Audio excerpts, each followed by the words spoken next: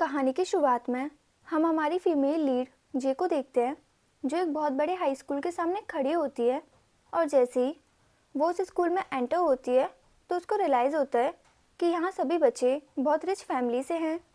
तभी वो अपने स्कूल को देखने लगती है, जो बहुत अच्छे से बना हुआ था और बहुत लग्जरी लग रहा था, जो देखकर वो खुद से ही कहती है कि ये उसकी लाइफ का एक फ्रेश स्टार्ट होगा। उसको अब बस अच्छे से एडजस्ट होने की कोशिश करनी है। उसने अपने प्रीवियस स्कूल से यहाँ पर ट्रांसफ़र करवाया था, क्योंकि वहाँ पर सारे बच्चे उसको बहुत ज़्यादा परेशान करते थे, जिसकी वजह से तंग आकर उसने इस स्कूल में अपना ट्रांसफ़र करवा लिया था। यहाँ आकर वो बहुत ज़्यादा एक्साइटेड थी अपनी आने वाली जर्नी के लिए। जिसके बाद वो रिसेप्शन पर जाती है और वहाँ पर सेक्शन ए की लोकेशन के बारे में पूछती है। तभी वहाँ पर एक लड़की आ जाती है और उसको अजीब सी नज़रों से देखने लगती है।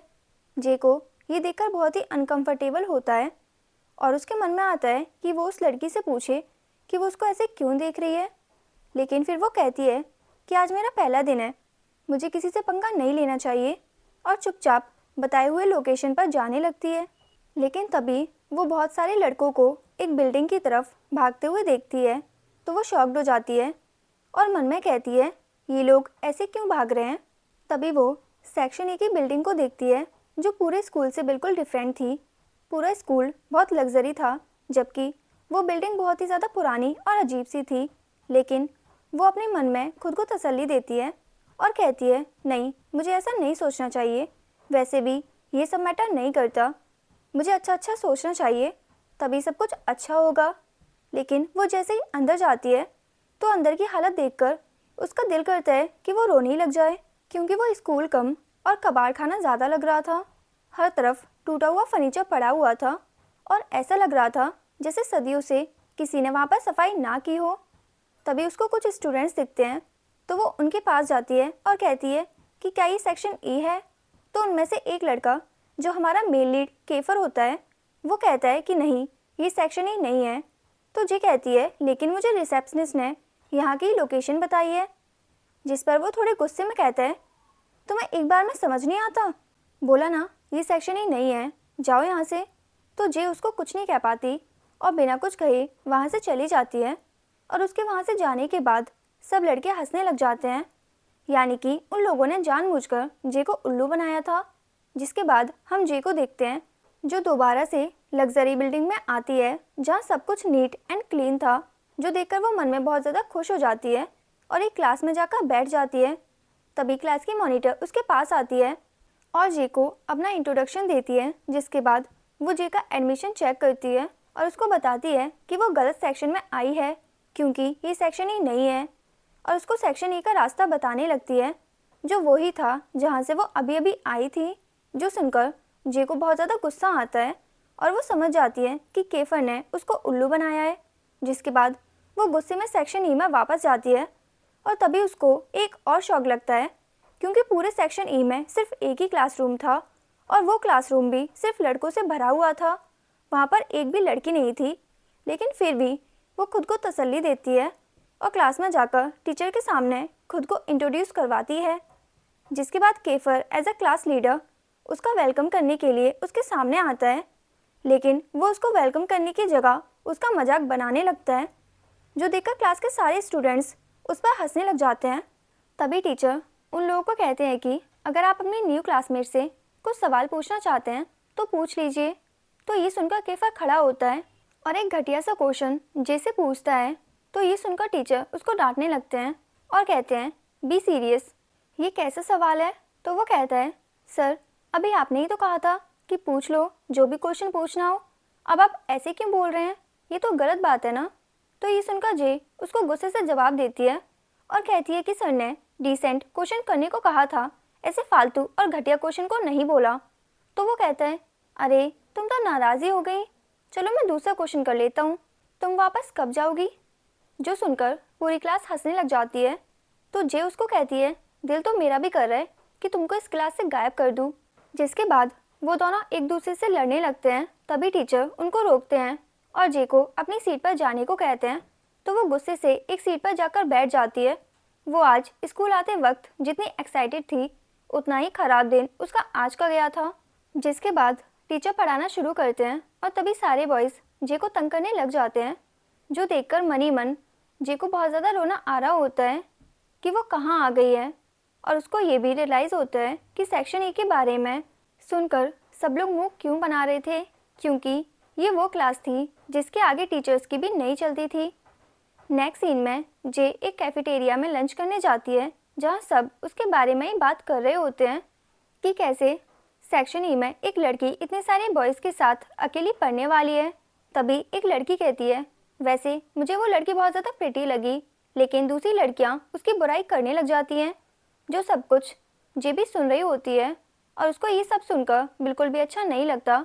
तभी एक लड़की जिसने पहले भी जे की हेल्प की थी उसको कहती है कि तुम मेरे साथ बैठकर लंच कर सकती हो, लेकिन तभी जे का कज़िन जे को कहता है कि वैसे तुम जैसी लड़की को सेक्शन ई में ही होना चाहिए। जो सुनकर फिर सब लोग उसी को क्रिटिसाइज़ करने लग जाते हैं। तो वो अपना लंच उठाती है और कैफेटेरिया से बाहर आ जाती है। अब वो ये सोच रही थी कि वो कहाँ बैठकर लंच करे, क्योंकि सेक्शन ई में तो हर जगह कचरा और कबाड़ी भरा हुआ था। और तभी वो थोड़ी सेटिंग करके अपने लिए जगह बनाती है और लंच करने लग जाती है। लेकिन तभी उसकी क्लास के सारे बॉयज़ भागते हुए उसके पास आते हैं और उससे उसका सारा लंच छीनकर भाग जाते हैं। वो चिल्लाती रह जाती है, लेकिन कोई नहीं रुकता। तभी वहाँ पर फेलिक्स आता है, जो कि जे से हाथ मिलाता है। तो उसको लगता है कि शायद ये अच्छा लड़का है, लेकिन जैसे ही वो अपना दूसरा स्नैक निकालती है तो फेलिक्स वो छीनकर भाग जाता है। और अब तो उसके पास कुछ भी बाकी नहीं रहा था खाने के लिए। और फेलिक्स से बात करके जे को ये पता चलता है कि सेक्शन ए के स्टूडेंट्स को कैफेटेरिया में जाने की परमिशन नहीं है। जिसके बाद वो भागते भागते रुकता है और जे को कहता है सॉरी, लेकिन थैंक यू सो मच, और वहाँ से चला जाता है। लंच ब्रेक ख़त्म होने के बाद वहाँ पर टीचर आती हैं, जो क्लास की ख़राब हालत देखकर उन लोगों को कहती हैं कि तुम लोगों को खुद ही अपनी क्लास की सफाई करनी होगी, और अगर तुम लोगों ने ऐसा नहीं किया तो मैं तुम लोगों को लास्ट पीरियड में भी पढ़ाने आ जाऊंगी। और वहाँ से चली जाती हैं। जिसके बाद जे सबको कहती है हमें क्लास की सफाई कर लेनी चाहिए, लेकिन वो सब उसकी बात पर बिल्कुल भी ध्यान नहीं देते और वहाँ से भाग जाते हैं। और जाते जाते जे को क्लास में बंद कर देते हैं। तो वो दरवाज़ा बजाने लगती है और कहती है मुझे यहाँ से बाहर निकालो, लेकिन कोई भी उसका जवाब नहीं देता। तभी वो कहती है एटलीस्ट ये तो बता दो कि झाड़ू कहाँ पर है, मैं ही सफाई कर देती हूँ। लेकिन बाहर से कोई आवाज़ नहीं आती और ये सब देखकर जे को बहुत ज़्यादा रोना आ रहा होता है। तभी वो सब जे को विंडो से देखकर हंसने लगते हैं और कहते हैं चलो चुपचाप सफाई करो। ये देखकर उसको बहुत ज़्यादा गुस्सा आ रहा होता है, लेकिन वो कंट्रोल कर लेती है, क्योंकि एक अकेली लड़की उन सब का मुकाबला कैसे कर सकती थी। तो वो मजबूर होकर सफाई करने लग जाती है। तभी वहाँ पर उसको कुकिंग करने का सामान मिलता है, जो कि रेड कपड़े से ढका हुआ होता है। जिसके बाद वो एक लॉकर की तरफ जाती है, जहाँ उन सब के नाम लिखे हुए थे। तो जे मन में कहती है ये तो उन लोगों के नाम हैं, कितने अजीब से नाम हैं। तभी वो केफर का लॉकर देखती है, जिसके साथ एक लड़की के नाम का लॉकर था और उस पर दिल बना हुआ था।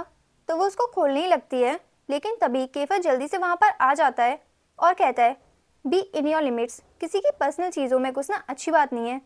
और वो दोनों लड़ने लग जाते हैं और लड़ते लड़ते दोनों को रियलाइज़ ही नहीं होता कि वो दोनों एक दूसरे के बहुत ज़्यादा क्लोज आ चुके थे।